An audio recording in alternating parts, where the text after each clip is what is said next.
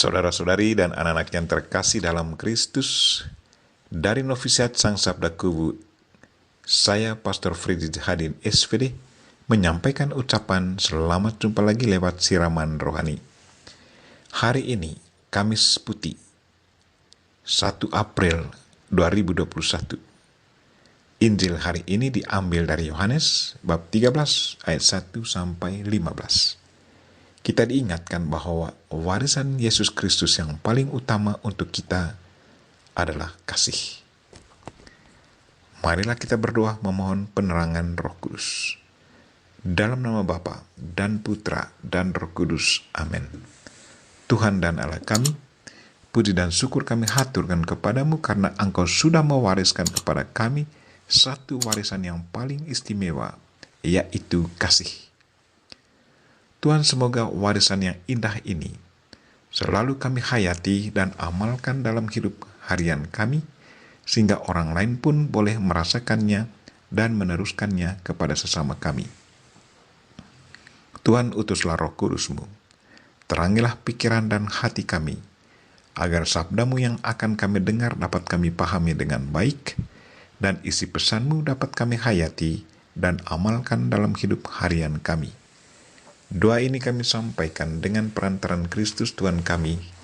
Amin. Tuhan sertamu dan sertamu juga. Inilah Injil Yesus Kristus menurut Yohanes bab 13 ayat 1 sampai 15. Dimuliakanlah Tuhan. Sebelum hari raya Paskah mulai, Yesus sudah tahu bahwa saatnya sudah tiba untuk beralih dari dunia ini kepada Bapa. Sebagaimana ia senantiasa mengasihi murid-muridnya, demikianlah sekarang ia mengasihi mereka sampai saat terakhir. Ketika mereka sedang makan bersama, iblis membisikkan dalam hati Yudas Iskariot, anak Simon, rencana untuk mengkhianati Yesus. Yesus tahu bahwa Bapa telah menyerahkan segala sesuatu kepadanya, dan bahwa ia datang dari Allah dan akan kembali kepada Allah. Maka bangunlah Yesus dan menanggalkan jubahnya. Ia mengambil sehelai kain lenan dan mengikatkannya pada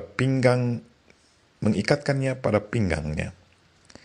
Kemudian ia menuangkan air ke dalam sebuah basi dan mulai membasuh kaki murid-muridnya, lalu menyekahnya dengan kain yang terikat pada pinggangnya itu.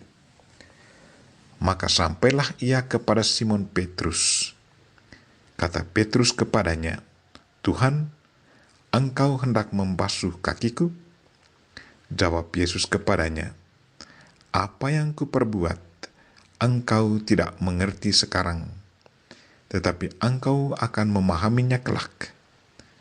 Kata Petrus kepadanya, "Selama-lamanya engkau tidak akan membasuh kakiku."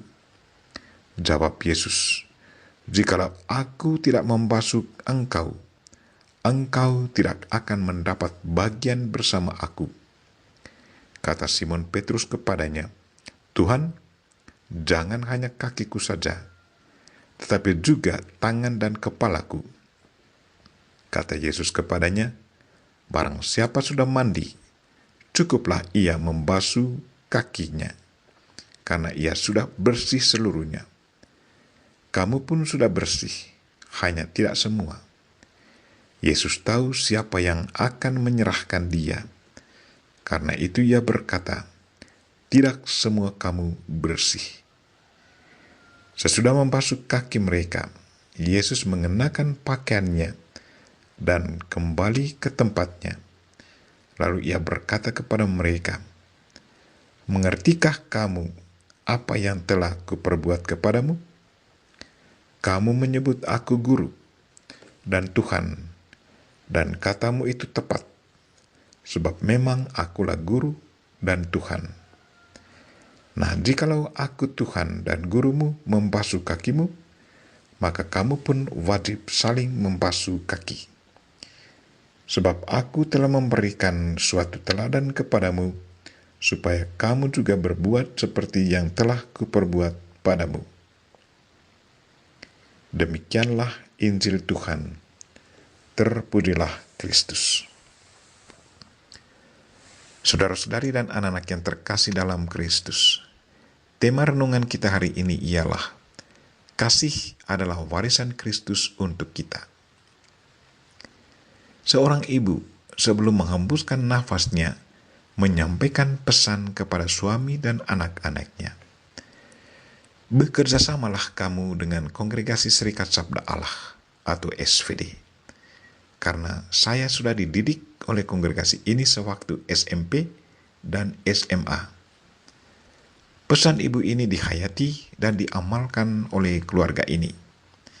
Kini keluarga ini sangat dekat dengan SVD. Itulah warisan seorang ibu.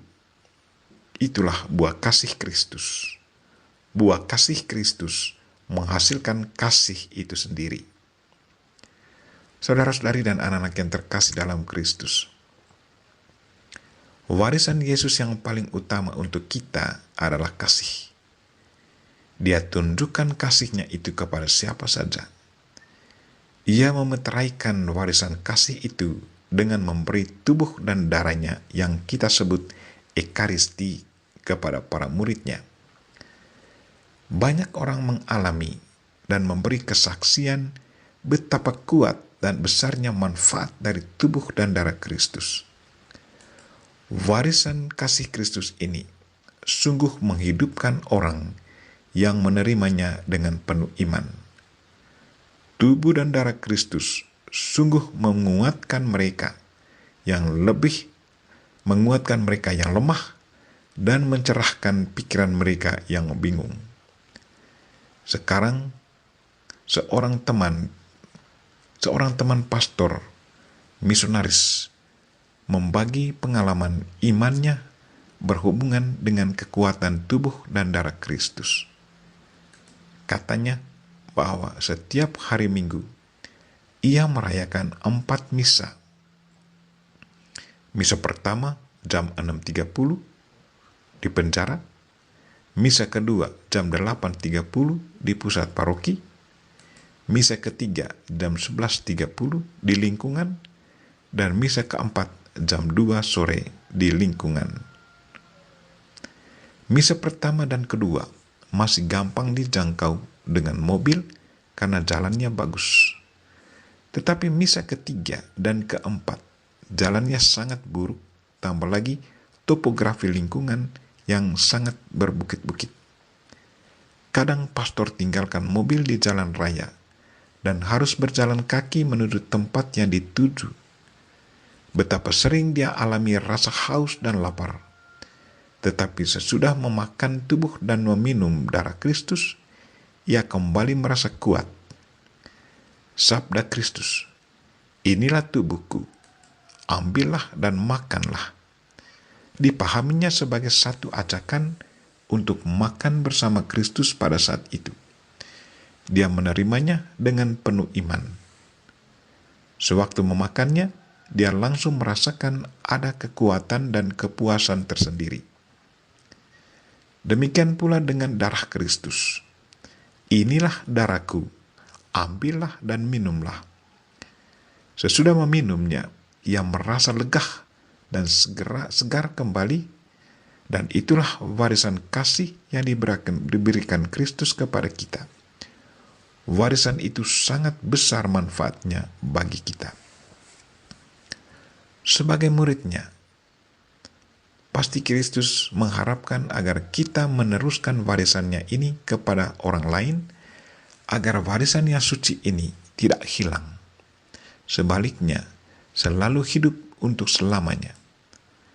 Marilah kita pancarkan warisan kasih Kristus ini kepada sesama kita dengan penuh kasih. Saudara-saudari dan anak-anak yang terkasih dalam Kristus, pada hari ini kita juga ingat para imam yang merayakan pesta imamat mereka.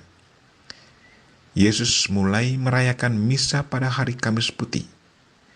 Misa yang sudah dimulai oleh Yesus Kristus ini kini diteruskan oleh para imam. Hari Kamis Putih selalu dilihat sebagai hari para imam, Karena itu doakanlah para imam kita, agar mereka selalu tekun dalam tugas pelayanan dan selalu memancarkan warisan kasih Kristus kepada sesama. Bersama Bunda Maria kita berdoa, semoga Tuhan selalu bekerja dalam diri kita, agar kita pun selalu mampu memancarkan kasih Kristus kepada dunia di mana saja kita berada. Selamat merayakan pesta imamat untuk para imam, dan selamat meneruskan warisan kasih Kristus kepada sesama untuk kita semua para pengikut Kristus. Semoga kasih Kristus hidup dalam hati semua orang. Kita memohon Bunda Maria untuk selalu mendoakan kita. Amin. Marilah kita mohon berkat Tuhan. Tuhan sertamu dan sertamu juga. Semoga saudara sekalian dan mereka-mereka yang kita doakan pada hari ini, secara khusus saudara-saudari kita yang lagi sakit, dan segala aktivitas kita sepanjang hari ini dilindungi, dibimbing, dan diberkati oleh Allah yang Maha Kuasa, Bapa dan Putra dan Roh Kudus. Amin.